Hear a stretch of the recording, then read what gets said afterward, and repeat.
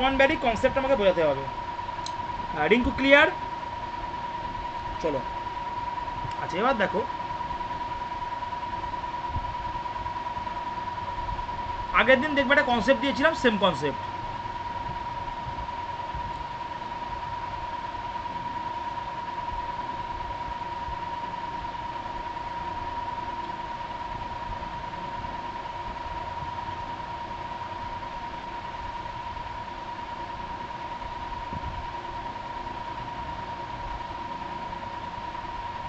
বেলাম valley, আচ্ছা clear তো? হ্যাঁ শ্বেতা ক্লিয়ার তো? ওকে ঠিক আছে। রিঙ্কু স্যার, বোঝার বা কি আছে হিস্ট্রি তো, হ্যাঁ বোঝার কিছু নেই।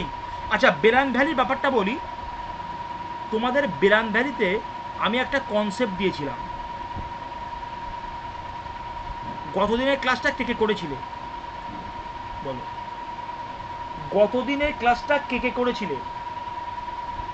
কনসেপ্টটা মনে আছে? মনে আছে? দেখো মেসোলিথিক সাইট তো, সেম সেম কনসেপ্ট কিন্তু অ্যাপ্লিকেবল। বুঝতে পেরেছো? মন দিয়ে দেখো, মানুষ ইন দেখো Soan valley, Soan valley culture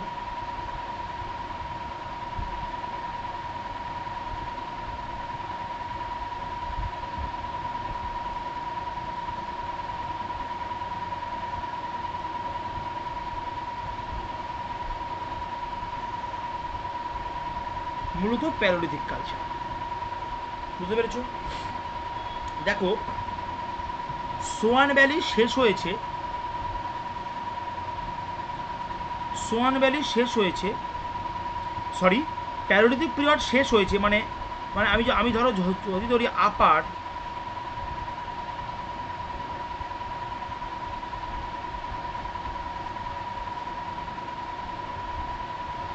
Schwann valley, কিন্তু অ্যাকচুয়ালি যে বিস্তার,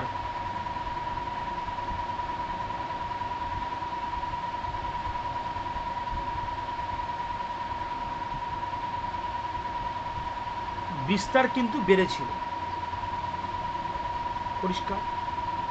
সোয়ান ভ্যালি প্যালোলিথিক কালচার, আপার প্যালোলিথিক পিরিয়ড, যত টাইম গেছে ডিস্ট্রিবিউশন তত এগিয়েছে।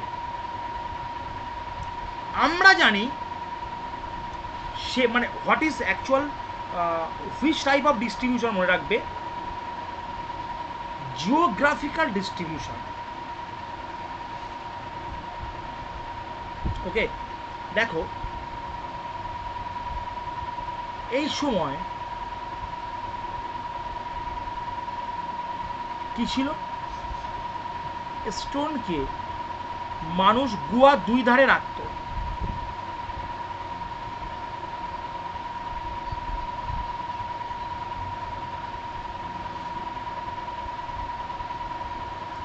এবং বড় পাথরের চাই দিয়ে গুহার মুখকে কিন্তু বদ্ধ করে রাখত। মানুষ কেন সে সময় কেভ ডিওলার ছিল, ডিওলার ছিল, প্রথম কারণ হচ্ছে কি, মানুষ যে কেভ কালচারে মানুষ যে পার্টিসিপেট করত, এর জন্য প্রধান দুটো কারণ। একটা হচ্ছে টেম্পারেচার, ক্লাইমেট ছিল খুব কম। কি বললাম? টেম্পারেচার এবং ক্লাইমেট ছিল খুবই কম। বুঝতে পেরেছি কি বললাম? টেম্পারেচার এবং ক্লাইমেট ছিল খুবই কম, নাম্বার ওয়ান। আচ্ছা, কারণ সেই সময় মানুষ প্যালিওলিথিক বা আইস এজের মধ্যে দিয়ে মানুষ তার জীবনযাপনকে অতিবাহিত করত, নাম্বার ওয়ান।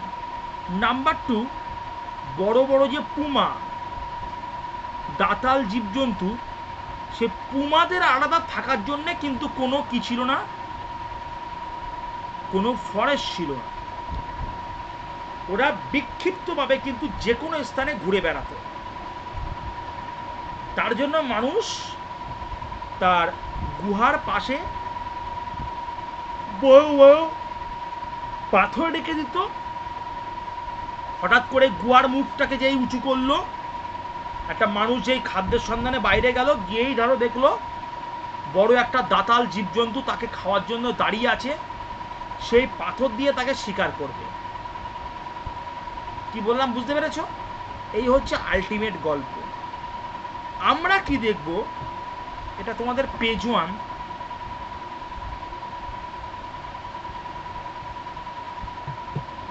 আমরা কি দেখব,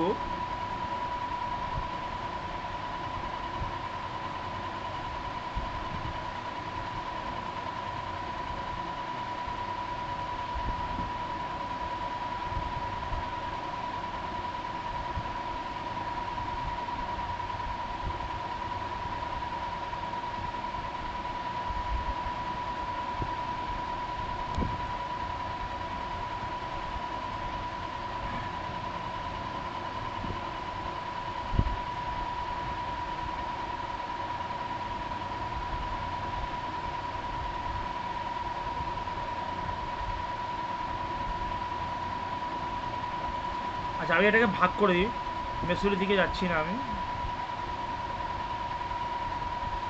মেন ভাগটা দেখাই।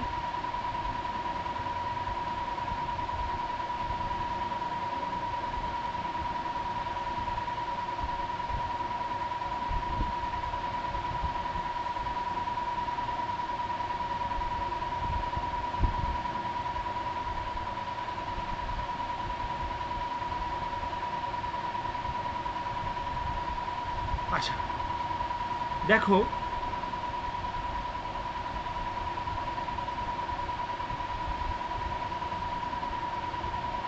5 লাখ বেশি থেকে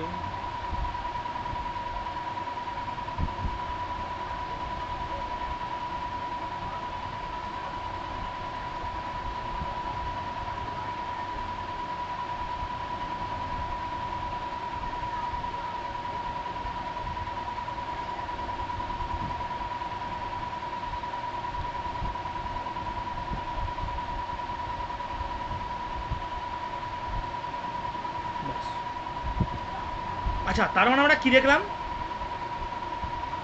প্রত্নপ্রস্তর যুগ, lower palaeolithic period, middle palaeolithic period এবং আপার প্যালিওলিথিক পিরিয়ড হচ্ছে বিভক্ত।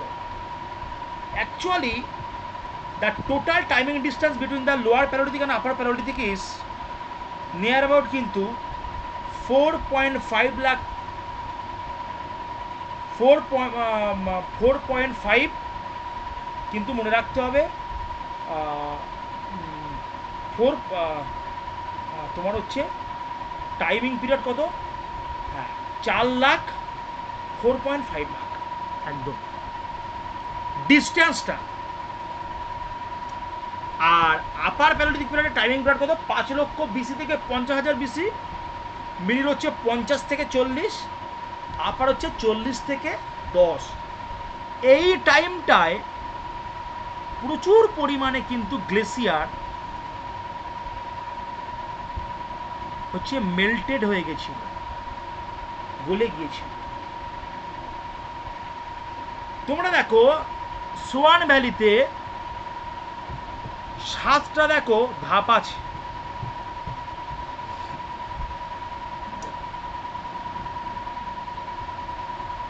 আচ্ছা হলো, মনে রাখবে তোমরা এইভাবে ধাপ করবে।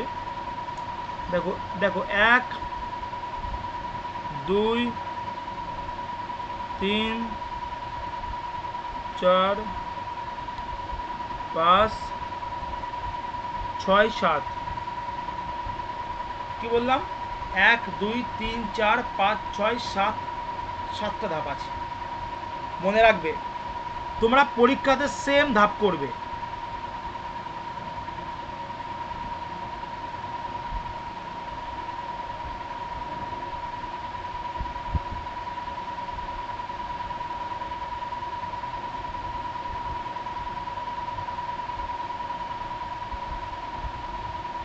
1 2 3 4 5 6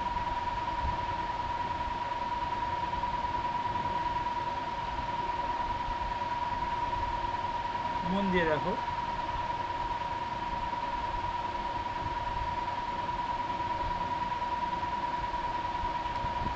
আচ্ছা, টি ফর কি মনে রাখবে? ট্রেস। প্রথম আসবে আর্লি সোয়ান,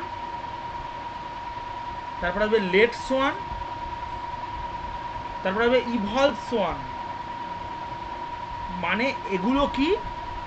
এগুলো যত সময় গিয়েছে বরফ গলে গিয়েছে। আর্লি সোয়ানে বরফ যদি এইরকম জায়গায় থাকে, লেট সোয়ানে বরফ চলে আসবে এরকম জায়গায়। বুঝতে পেরেছ? আরও দুটো টাইমিং যাওয়ার পরে আসবে ইভলভ সমান, আর বর্তমান হচ্ছে হিস্টোরিক্যাল। এবং ঠিক তারপরে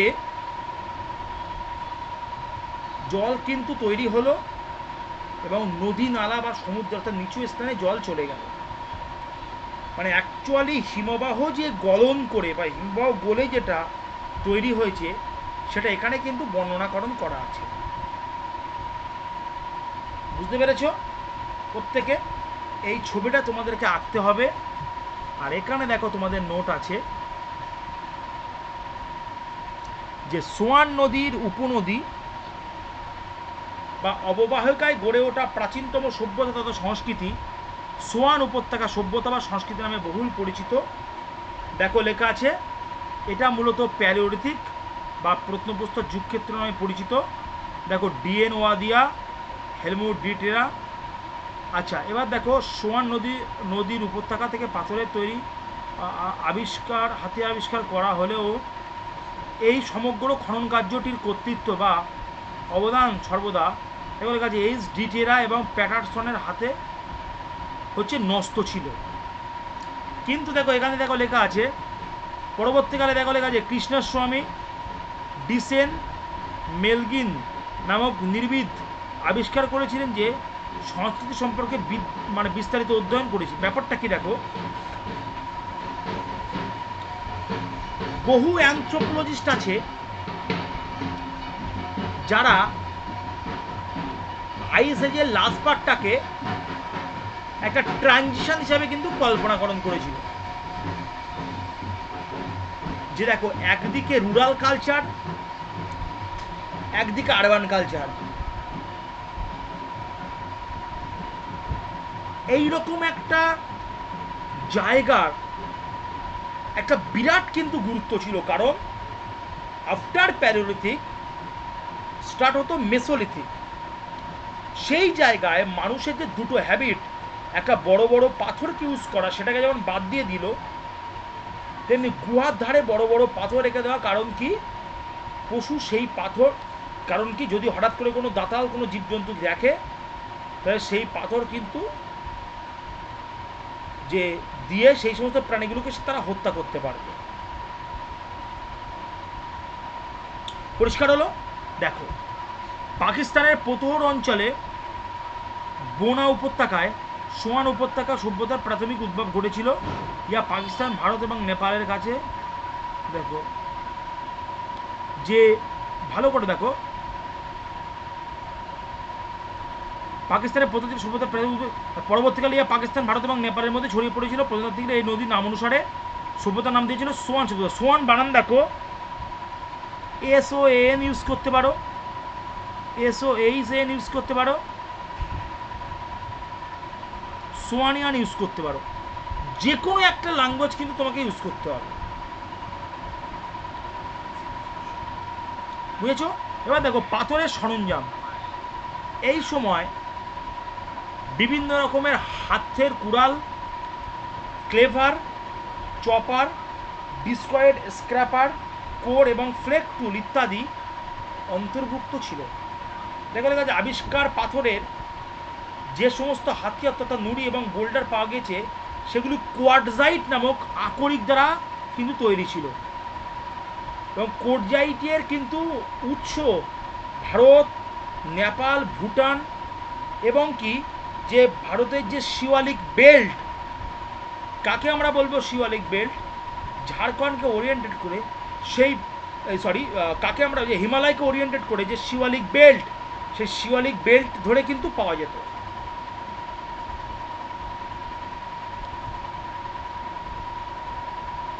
এবার দেখো জলবায়ুগত অবস্থা আমরা কি দেখেছি? আমরা দেখেছি আফটার প্যালিওলিথিক,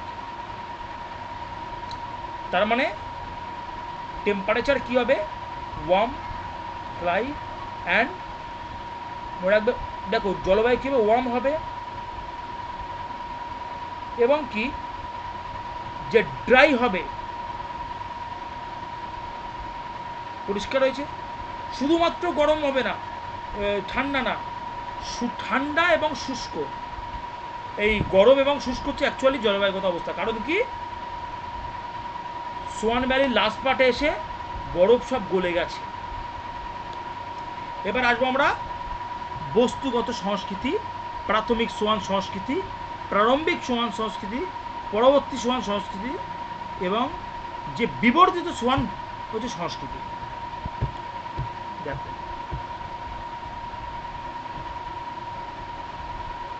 প্রাক সোয়ান সংস্কৃতি, যেটাকে আমরা বলতে পারি প্রি সোয়ান বা জোন টিডি। টিডি মানে আমরা কি বলতে পারি?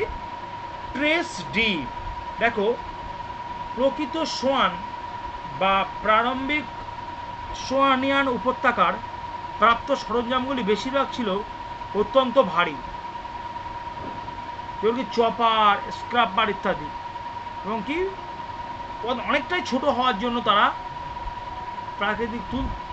প্রাকৃতিক যে প্যালিওলিথিক যে প্রযুক্তিগত যে উন্নতি, সভ্যতা, সেই সভ্যতা রাখতে সেই সভ্যতাকে কিন্তু সভ্যতা যে র কালচারটাকে কিন্তু রাখতে পারছে না। বুঝতে পেরেছ? প্রারম্ভিক সোয়ান টুলটা দেখো, একটা গোল টুল, একে আমরা বলতে পারি পেবেল। পেবেলের বাংলা কি? নুড়ি জাতীয়। ছবিটা কিভাবে আঁকবে দেখো।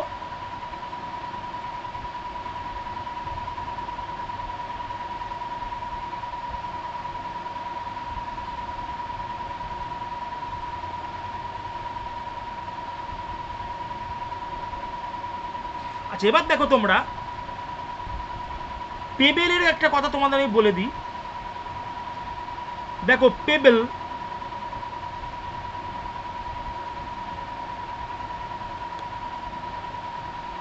পেবেল কিছু টুল আমি দেখব। একটা যেমন দেখবো আমরা, শুনে নাও, মন দিয়ে শুনে নাও তোমরা। একটা যেমন দেখবো আমরা ফ্লেক টুল, ছবিটা একটু শেখাবো। একটা তেমনি আমরা দেখবো পেবেল টুল, কিন্তু টুল। আচ্ছা মন দিয়ে তোমরা শোনো, একটা যেমন দেখবো ফ্লেক টুল, তেমনি আরেকটা দেখবো আমরা পেবেল টুল। আমরা মন দিয়ে শোনো, কখনো আমরা Schwann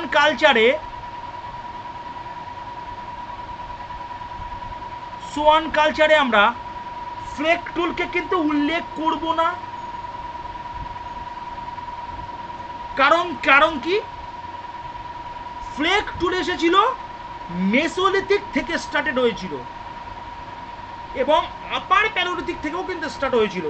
not only mesolithic started, যদি বলি অ্যাকচুয়ালি আপার প্যালিওলিথিক থেকে স্টার্ট হয়েছিল, কিন্তু মেসোলিথিকে নিওলিথিকে বিশাল মাত্রায় কিন্তু চলে গেছিল, বিভৎস মাত্রায় চলে গেছিল।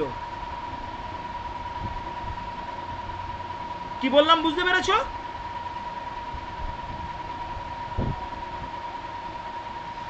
কিন্তু প্যালিওলিথিক সাইট হিসেবে যেহেতু সোয়ান কালচার বিদ্যমান ছিল, বরফ গলনটা আপার প্যালিওলিথিকে শুরু হলেও কালচার তো প্যালিওলিথিকের আন্ডারে পড়ছে। এর জন্য আমরা ফ্লেক টুলকে একটু অ্যাভয়েড করব, আমরা করব পেবেল জাতীয় টুল। ছবিটা কিরকম হবে?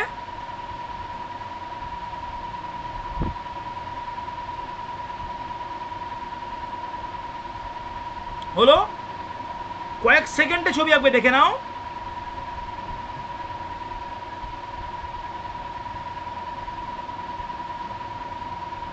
হয়ে গেছে। পেবেল। কোনটুকু লাগবে ছবি আঁকতে? কতটুকু সময় লাগবে বলো? মিনিমাম টাইম লাগবে আমাদের পিকচার আঁকতে। বুঝতে পেরেছো? দেখো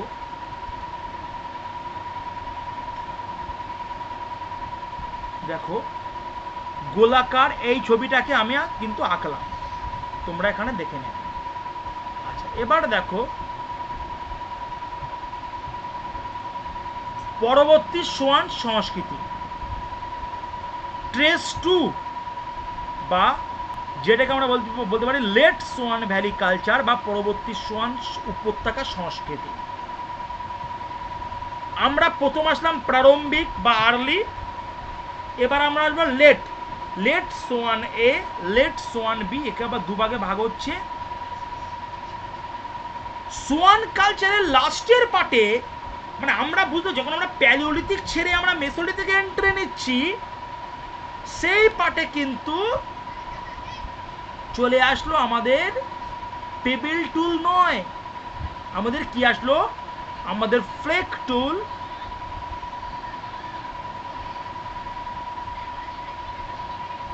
আচ্ছা, ফ্লেক্স লেখা আছে কিন্তু এখানে, এই বাংলাটা কিন্তু একটু ভুল আছে। এটা এই বাংলার নোট যারা তারা ঠিক করে নাও, এখানে ফ্লেক্স লেখা আছে, ফ্লেক হবে। এই এটা ঠিক আছে, এটা ঠিক আছে, ফ্লেক, নট ফ্লেক্স। ফ্লেক্স হবে না, ফ্লেক হবে,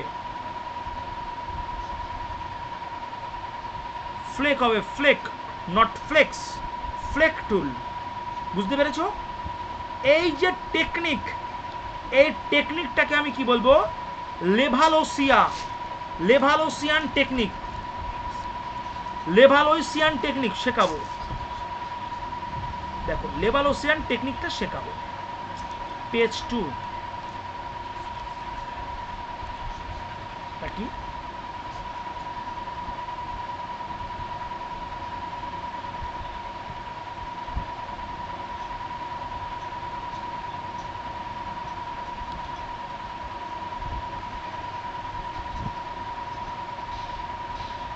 লেট সোয়ান কালচার। প্রথমে আমাদের যেটা আসবে,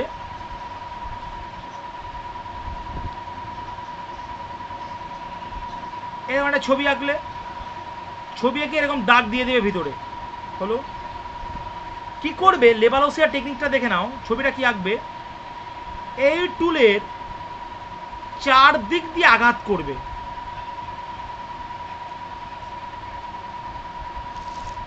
হলো আঘাতের চিহ্ন দেখাবে। দেখানোর পরে এই টুলটা কি হলো? একটু ছোট হয়ে গেল। এই চার দিক দিয়ে আঘাত করার পরে কি হয়েছে?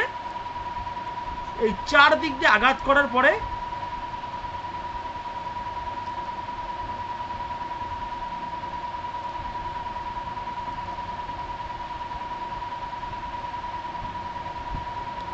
কি পাওয়া গেছে? পাওয়া গেছে হচ্ছে ফ্লেক। পাথরের চারদিক দিয়ে আমি যদি আঘাত করি, তাহলে কি পাবো? টুকরো টুকরো কিন্তু পাথরের অংশ, একে আমরা বলবো ফ্লেক। তাহলে নামকরণ কি হবে শোনো, একে আমরা বলবো কোর টুল। যে টুল ফ্লেক টুলের জন্ম দেয়, মেন টুল, একে আমি কি বলবো? একে আমি বলবো ফ্লেক টুল। আর এগুলোকে আমি কি বলবো? বলবো ফ্লেক। আর ফিগারে কি হবে?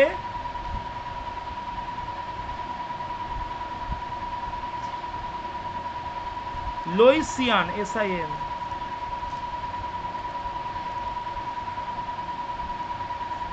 লেভালোইসিয়ান টেকনিক। পরিষ্কার হয়েছে? লেভালোসিয়ান নয়, লেভালোইসিয়ান টেকনিক। পরিষ্কার হলো? পরিষ্কার হলো? আচ্ছা, এবার তোমরা দেখো নোটটা, ওদের সামাজিক জীবন। আচ্ছা, সবসময়ের জন্য মনে রাখতে হবে, সামাজিক জীবন মানে এটা তো সোয়ান ভ্যালিতে কারা বসবাস করত?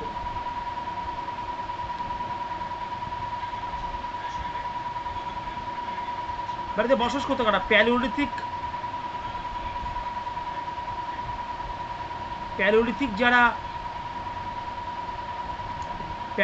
যারা পিপল তারা বসবাস করত। তা আমি তোমাদের প্রথম দিন পড়ানোর সময় কি বলেছিলাম? প্যালিওলিথিক পিপলরা কিরকম ছিল? Hunter and food gatherer. কি বলেছিলাম? দে আর হান্টার অ্যান্ড ফুড গ্যাদারার। পরিষ্কার হয়েছে? দেখো, হান্টার এবং ফুড গ্যাদারার দেওয়া আছে, এবং যে অর্থনীতি কিন্তু সম্পূর্ণরূপে প্রকৃতির প্রতি নির্ভরশীল ছিল। কারণটা কি? কারণটা they were hunter and food gatherer. তার মানে মনে রাখতে হবে, দে ওয়ার দিয়ে দাও, দে ওয়ার ডিপেন্ডেন্ট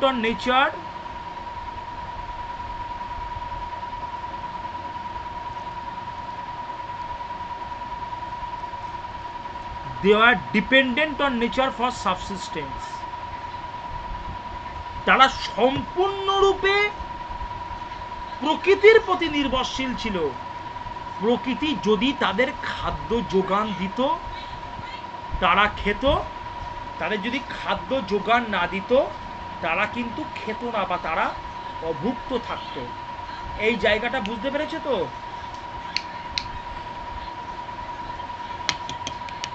কি বললাম বুঝতে পেরেছো? পরিষ্কার? এই হচ্ছে জায়গাটা, তোমরা খুব ভালো করে দেখে নেবে।